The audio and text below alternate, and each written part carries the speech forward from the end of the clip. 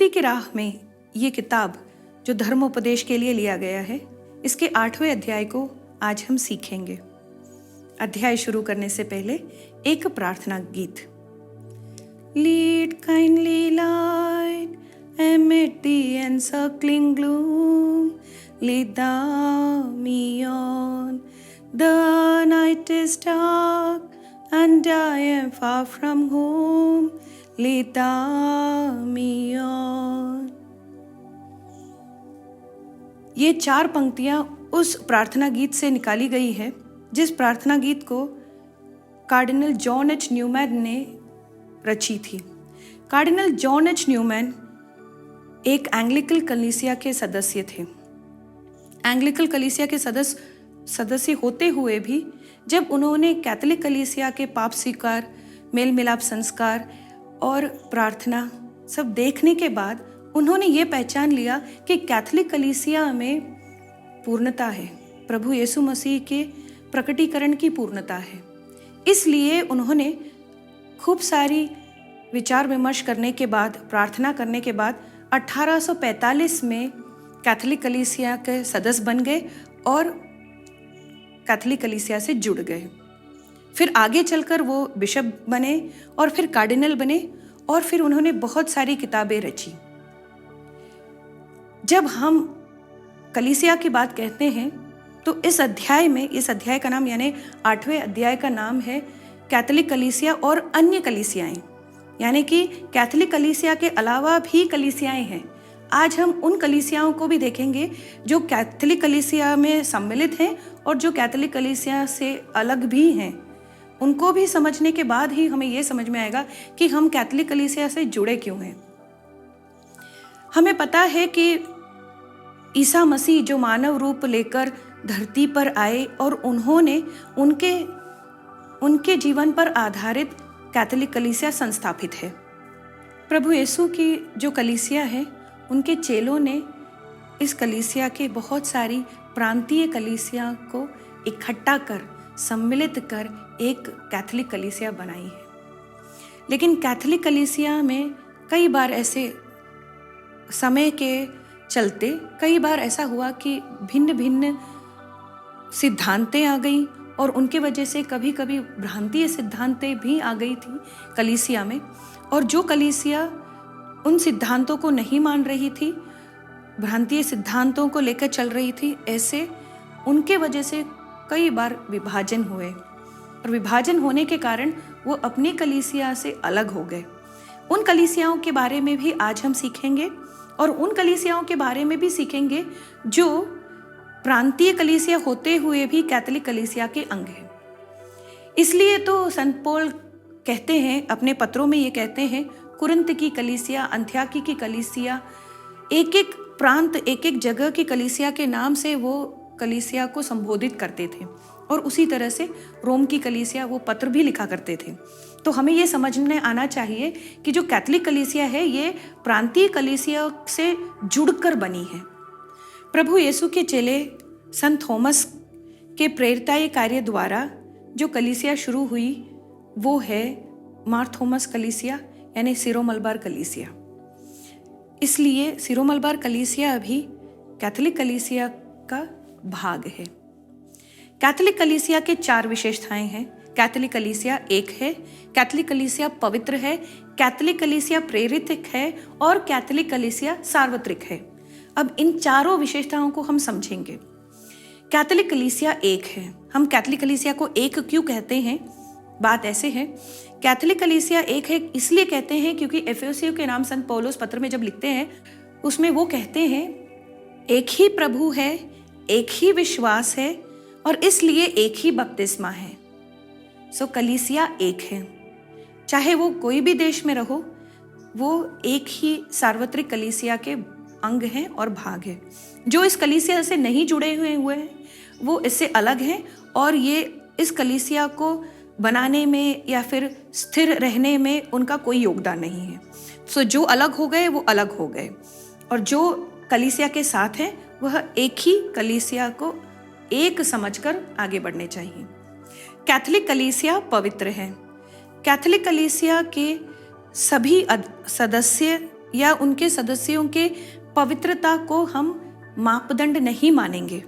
यानी कलीसिया की पवित्रता इसलिए हम मानते हैं कि कैथोलिक कलीसिया पवित्र है क्योंकि प्रभु यीशु ने इसे संस्थापित किया, लेकिन हम कैथोलिक कलीसिया के सदस्यों की पवित्रता को कलीसिया की पवित्रता का मापदंड नहीं समझेंगे और नहीं मानेंगे, क्योंकि कलीसिया पवित्र है और इसे प्रभु यीशु ने संस्थापित किया है, इसलिए ये पवित्र है।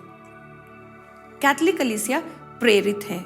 जब प्रभु यीशु मसीह ने चेलों को दो दो कर कर गांव में भेजा और उन्होंने कहा, जाकर दुनिया के कोने कोने में जाकर आप सुसंदेश फैलाइए, और सभी चेले अपने देश, अपने लोगों को छोड़कर वो दुनिया के कोने कोने में चले गए और उन्होंने प्रभु यीशु का सुसमाचार लोगों को सुनाया। तब जाकर कैथोलिक कलीसिया बनी। तो ये प्रेरितों के मेहनत से, उनकी सेवा से कैथोलिक कलीसिया उभर कर आई है और आगे बढ़ी है, इसमें विकास आया है। इसलिए जो भी कैथोलिक कलीसिया का अंग बनता है उसका ये एक महत्वपूर्ण उत्तरदायित्व ये है कि वो अपने प्रेरिताई कार्य से कैथोलिक कलीसिया को आगे बढ़ाएं और इसमें और विकास लाएं। इसलिए कैथोलिक कलीसिया प्रेरित है। और सबसे आखिरी में ये समझे कि कैथोलिक कलीसिया सार्वत्रिक है। कैथोलिक का मतलब होता है सबों के लिए, सबके लिए, यानी सार्वत्रिक, सबके लिए बनाया हुआ कलीसिया। इसलिए हम मानते हैं कि कैथोलिक कलीसिया सार्वत्रिक है। चाहे कोई भी वर्ग का हो, कोई भी रंग का हो, कोई भी देश का हो, कोई भी वेशभूषा का हो या कोई भी भाषा बोलता हो, हर एक व्यक्ति बिना कोई भेदभाव के कलीसिया का अंग बन सकता है या कलीसिया का अंग हो सकता है। तब जाकर कलीसिया सार्वत्रिक बनती है। इसलिए सभी, चाहे कोई भी प्रांत के हो, कोई भी देश के हो, कोई भी रंग के हो, बिना कोई भेदभाव जब हर एक सदस्य कैथोलिक कलीसिया का अंग बनता है, तब जाकर इसे सार्वत्रिक रूप आया। इसलिए हम मानते हैं कि कैथोलिक कलीसिया ये सार्वत्रिक है। तो अगर हम चारों विशेषताओं को एक साथ में देखते हैं तो समझ सकते हैं कि कैथोलिक कलीसिया एक है, कैथोलिक कलीसिया पवित्र है, कैथोलिक कलीसिया प्रेरित है और कैथोलिक कलीसिया सार्वत्रिक है। कैथोलिक कलीसिया 23 कलीसियाओं के सम्मिलन है। It's a communion of 23 individual churches, यानी एक एक व्यक्तिगत कलीसियाओं को अगर हम साथ में मिलाकर रखते हैं तो ऐसे कुल मिलाकर 23 कलीसियाओं को, अगर व्यक्तिगत कलीसियाओं को अगर साथ में देखेंगे तो वो बन गई एक सार्वत्रिक कलीसिया। इन कलीसियाओं में समानता क्या है और भिन्नता क्या है, ये भी समझना जरूरी है। विश्वास तो एक ही है क्योंकि प्रभु एक हैं, उनके धर्म तंत्र भी एक ही हैं, लेकिन क्या अलग है वो है धर्म शिक्षा की प्रणाली। जो जहाँ पर उस कलीसिया का जन्म हुआ था वहाँ पर की जो रीति रिवाज या करने की जो पूजन पद्धति है, हम जब अगर बोलेंगे, नाम देते हैं तो हम इसको पूजन पद्धति कहेंगे। तो पूजन पद्धति में जो विभिन्नता है या विविधता है और शिक्षण प्रणाली में जो विविधता है, इनको सबको अगर मान के चलते हैं तो पता चलता है कि ये भिन्नता है जो कि वो अलग अलग कलीसिया बन गई। ऐसे कुल मिलाकर देयर आर 23 इंडिविजुअल चर्चेस, 23 व्यक्तिगत कलीसियां हैं हमारे सार्वत्रिक कलीसिया में। अब हम उन कलीसियाओं को समझेंगे जो इतिहास के पन्नों में जब देखते हैं अलग अलग कारणों की वजह से ये कलीसिया हमारे सार्वत्रिक कलीसिया से विभाजित हो गए, अलग हो गए और अपने आप को हमारी पूजन पद्धति और शिक्षा प्रणाली और विश्वास से कुछ अलग अलग सिद्धांतों से वो अलग रह गए। और इन कलीसियाओं को अब हम समझेंगे। ये कलीसिया हमारे सार्वत्रिक और प्रेरितिक और पवित्र एक ही कलीसिया में, जो हम हमारे प्रेरितों का धर्मसार जब हम बोलते हैं तो उसमें हम ये बोलते हैं कि हमारी कलीसिया एक है, पवित्र है, प्रेरितिक है और सार्वत्रिक है। और इन विशेषताओं को जो अगर हम मान के चले तो इन विशेषताओं में जो नहीं आते हैं ऐसे कलीसियाओं के बारे में अब हम सीखेंगे। उसमें से सबसे पहले वाली कलीसिया जो हम सीखने जा रहे हैं वो है 451 ईस्वी में जो कलीसिया हमसे अलग होके चली गई, वो थी ओरिएंटल ऑर्थोडॉक्स कलीसिया। ओरिएंटल ऑर्थोडॉक्स कलीसिया में का शुरुआत तब हुआ जब कैल्सिडोनिया में एक महासभा की आयोजना की गई थी। कैल्सिडोनिया में यानी कि 451 ईस्वी में कैल्सिडोनिया में रखकर एक महासभा का आयोजन हुआ था। महासभा का अर्थ क्या है कि सारे देशों के, सारे प्रांतों के जो कलीसियां हैं उनके प्रमुख यानी बिशप या कार्डिनल एकत्र होकर जब कोई प्रमुख निर्देश देना होता हो या फिर कोई प्रमुख आलोचना करनी होती हो तो ये सारे लोग इकट्ठा होकर वहां पर डिसीजन लेते हैं।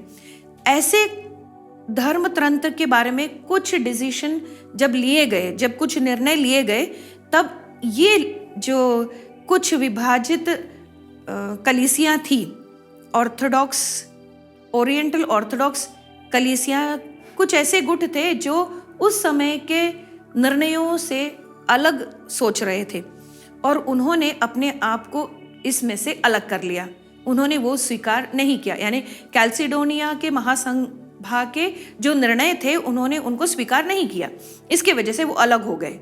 लेकिन बाद में जाकर यानी 6वीं सदी में बुर्दाया, याकूब बुर्दाया नाम के एक पुरोहित ने इन सबों को एकत्रित किया और उनकी अगुवाई की। और जब उन्होंने इनको अगुवाई दी और एकत्रित किया तो हम इसीलिए आज उनको नाम देते हैं ओरिएंटल ऑर्थोडॉक्स कलीसिया। ओरिएंटल ऑर्थोडॉक्स कलीसिया में 4 कलीसिया का मुख्य रूप से नाम आता है। वह है अंत्योकियाई, अलेक्जेंड्रियाई, अर्मेनियाई और फिर असीरियाई। इन 4 कलीसियाओं को हम मुख्य रूप से ओरिएंटल ऑर्थोडॉक्स कलीसिया मानकर चलेंगे। अब दूसरा गुट जो है यानी कि लगभग 491 से लेकर 12वीं सदी तक, 11वीं सदी तक लगभग एक काल ऐसा था जब कलीसिया का विकास हो रहा था।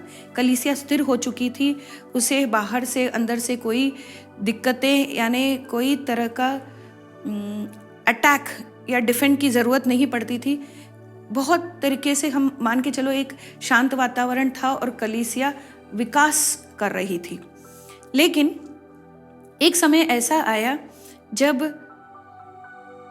हर एक व्यक्तिगत कलीसिया की अपनी अपनी पूजन पद्धति हुआ करती थी, रीति रिवाज और शिक्षण प्रणाली, आध्यात्मिक शिक्षण, कैसे आध्यात्मिक तौर तरीके पे से जो शिक्षण हुआ करती थी, ये सब भिन्न भिन्न हुआ करते थे और इसकी स्वतंत्रता भी हुआ करती थी। लेकिन एक समय ऐसा आया जब पूर्व के और पश्चिम की कलीसियाओं में थोड़ा मतभेद हो गया।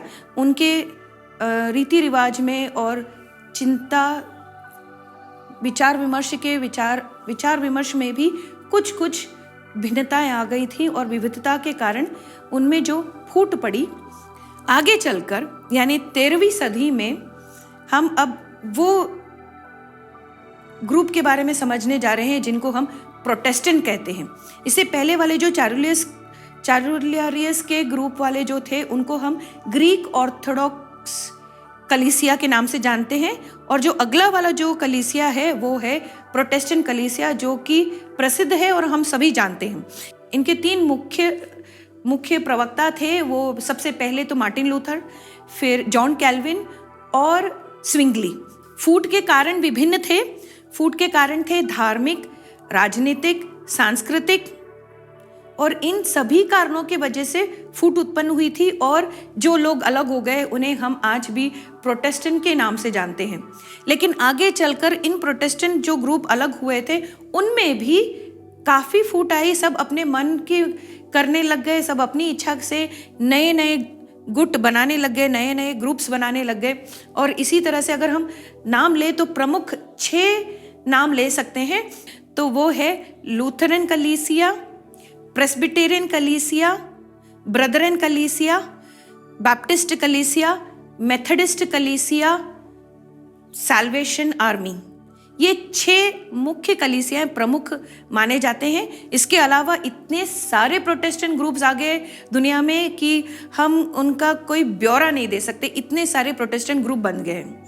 इसके अलावा जो उस 15वीं सदी में जो एक और प्रोटेस्टेंट कलीसिया बन गई थी वो हेनरी इंग्लैंड के राजा हेनरी 8 के नेतृत्व में एक कलीसिया बनी थी। उस कलीसिया का नाम था एंग्लिकन कलीसिया, जिनके बारे में हम कह रहे थे कि कार्डिनल जॉन एच न्यूमैन, जिन्होंने वो कविता लिखी थी लीड काइंडली लाइट, प्रार्थना जो लिखी थी, उन्होंने जो रचना की थी, वो एंग्लिकन कलीसिया के सदस्य थे। इस अध्याय की शुरुआत में हमने कहा था कि कार्डिनल जॉन एच न्यूमैन वो एंग्लिकन कलीसिया के सदस्य थे, जो बाद में जाकर कैथोलिक कलीसिया के अंग बन गए। वो एंग्लिकन कलीसिया की शुरुआत वहाँ के राजा यानी इंग्लैंड के राजा हेनरी 8 के द्वारा शुरू की गई थी। ये लगभग ये जो सारी प्रोटेस्टेंट ग्रुप्स हैं, इनके सभी की शुरुआत 15वीं सदी में हुई थी और विभिन्न कारणों से हुई थी। लेकिन ये ऐसा एक समय था जब कलीसिया को बहुत दुखदाई समय से गुजरना पड़ा और ये सारे विभाजित होकर अपने सार्वत्रिक कलीसिया से अलग हो गए। अब हम भारत के उन कलीसियाओं के बारे में जानेंगे जो कि अपने सार्वत्रिक कलीसिया से अलग हो गए। हमारे पास हमको समझने के लिए 5 कलीसियाएं, मुख्यतः 5 कलीसियाएं हैं। तो उनका क्या इतिहास है और वो अपने सार्वत्रिक कलीसिया से अलग कैसे हुए, उनका जन्म कैसे हुआ, ये अब हम समझेंगे। सबसे पहले मलंकरा सीरियन ऑर्थोडॉक्स कलीसिया। अब मलंकरा सीरियन ऑर्थोडॉक्स कलीसिया की शुरुआत कहाँ से हुई, इसको समझने के लिए हम उस समय पर जाएंगे जब 17वीं सदी में यानी 1653 में जनवरी 3 तारीख को एक सभा हुई और वहाँ पर एक प्रतिज्ञा ली गई। उस प्रतिज्ञा को लोगों ने किस तरह से ली, एक बड़ा सा क्रूस था और क्रूस पर रस्सी बांधकर उन लोगों ने उस पर पकड़कर प्रतिज्ञा ली थी। अब ये पकड़ने में ये क्रूस जो है वो टेढ़ा हो गया, इसलिए उस दिन जो प्रतिज्ञा ली थी उसे टेढ़ा क्रूस प्रतिज्ञा बोलते हैं, या फिर मलयालम में अगर बोलेंगे तो उसे ऐसे बोलते हैं कूनन कुर्श सत्यम। उस समय जो लोग कलीसिया से अलग हो गए उनमें कुछ मतभेद था, इसलिए वो अलग हो गए और उन लोगों ने जाकर अंथियोकिया की कलीसिया से मेलजोल बना लिया और संबंध बना लिया। इस तरह से अंथियोकिया कलीसिया से जो संबंध बनाए उस कलीसिया को मलंकरा सीरियन ऑर्थोडॉक्स कलीसिया के नाम से जानते हैं। लेकिन आगे चलकर यानी कि कुछ वर्षों बाद 1876 में एक महासभा बुलाई गई जो कि प्राधिधर्माध्यक्ष पेत्रुस तीसरे ने बुलाई थी और उसमें जो लोग गए वहाँ पर मतभेद हुआ। जब मतभेद हुआ कुछ लोग प्राधिधर्माध्यक्ष के साथ में रहे और कुछ लोग धर्माध्यक्ष के साथ में रहे। जो पुत्तनकूट कहा जाता है, जो लोग प्राधिधर्माध्यक्ष के साथ रहे वो लोग पुत्तनकूट के नाम से जाने जाते हैं। और 2 गुट जो बन गए उसमें से एक गुट प्राधिधर्माध्यक्ष वाला गुट बना और दूसरा धर्माध्यक्ष वाला गुट बना। अगर मलयालम में बोलते हैं तो उसे बाबा कशी मेत्रान कशी भी बोलते हैं। इसका मतलब है कि 2 गुट बन गए थे। मलंकरा सीरियन ऑर्थोडॉक्स कलीसिया में फिर से फूट हुई जो कि 1876 में एक मुलंतुर्ती में रखकर एक महासभा का आयोजन हुआ था, जो कि प्राधिधर्माध्यक्ष पेत्रुस तीसरे ने इकट्ठा किया था। लोग उधर आए और प्राधिधर्माध्यक्ष अंत्योकिया के प्राधिधर्माध्यक्ष थे, वो थे पेत्रुस तृतीय यानी पेत्रुस तीसरे।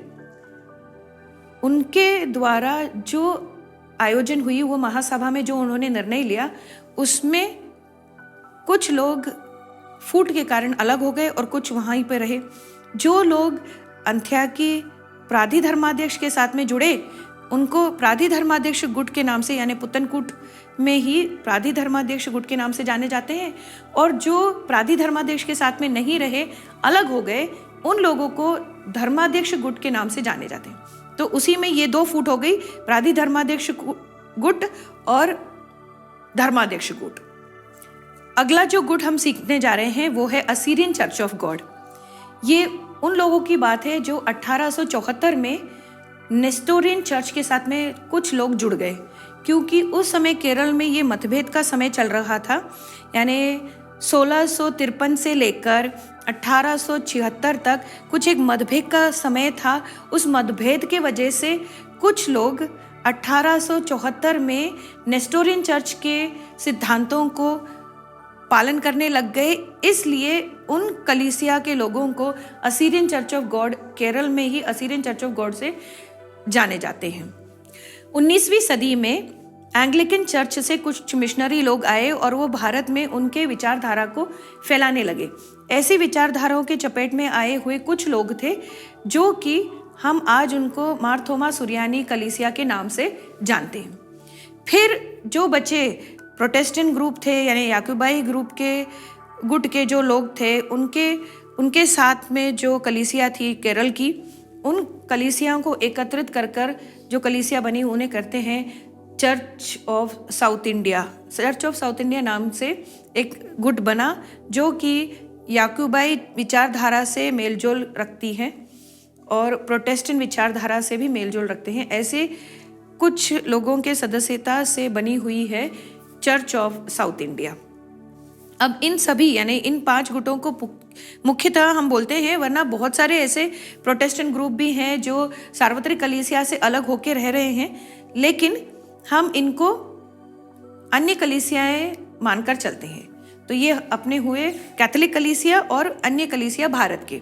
कलीसिया एक ही है, पवित्र है, प्रेरितिक है और सार्वत्रिक है।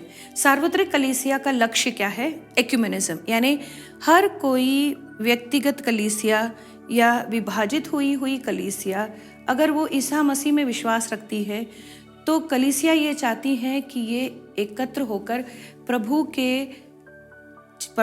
एक चरवाहा है और हम उनके भेड़ हैं, तो सारी भेड़ इकट्ठा होकर प्रभु के एक चरवाहे के साथ मिले। ये हमारा लक्ष्य है और इसी लक्ष्य के द्वारा हम एक्यूमेनिज्म का प्रक्रिया चलाते हैं। एक्यूमेनिज्म एक प्रक्रिया है और एक्यूमेनिज्म का मतलब ये है कि हम सारी कलीसिया के जो गुट, अलग अलग गुट हैं जो विभाजित हुए हैं, वो एकत्र बनकर ईसा मसीह की एक कलीसिया बन जाए और यही हमारा प्रयास रहेगा। हम चाहते हैं कि दुनिया में जितनी कलीसियाँ हैं जो ईसा मसीह में विश्वास रखती हैं और ईसा मसीह से प्रार्थना करती हैं, ये सारी ही अपने मतभेद को छोड़कर, अपने गुटों को छोड़कर एकत्र बन जाए और एक ही कलीसिया में विश्वास रखे, यानी एक ही कलीसिया के अंग बन जाए, क्योंकि प्रभु एक है और प्रभु ने जो संस्थापित की वो कलीसिया एक है, यानी सब उसी कलीसिया के अंग बन जाए। लेकिन अब हमें ये समझना है कि हम जो कैथोलिक कलीसिया के अंग हैं, हमें कैथोलिक कलीसिया के अंग क्यों बने रहना है।